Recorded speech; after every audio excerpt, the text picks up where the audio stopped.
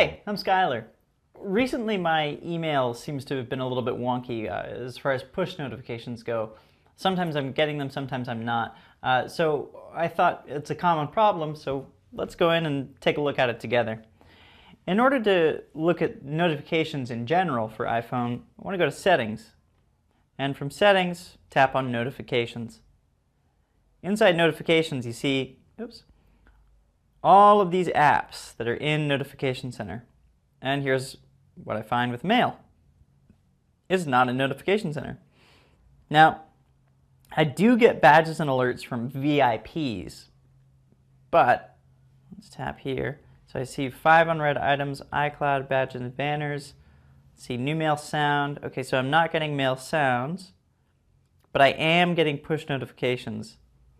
And banners is the way I want it set up. If I wanted to actually interact with it when it sent me, or when it alerted me I had a new message, then I would tap alerts. And the difference there is that a pop-up appears and says, you've got a message. So very important people, for example, my business partners, they get alerts.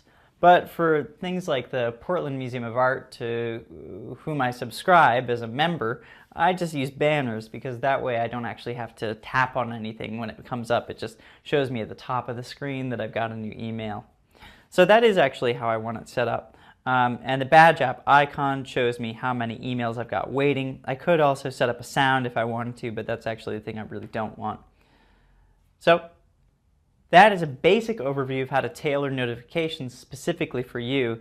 And what you see here is that all of the different applications that you have installed that can use notifications are listed here in the Notification Center.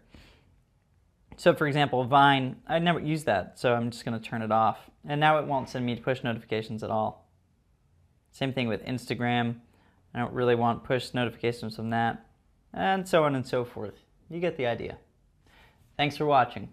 I'm Skylar.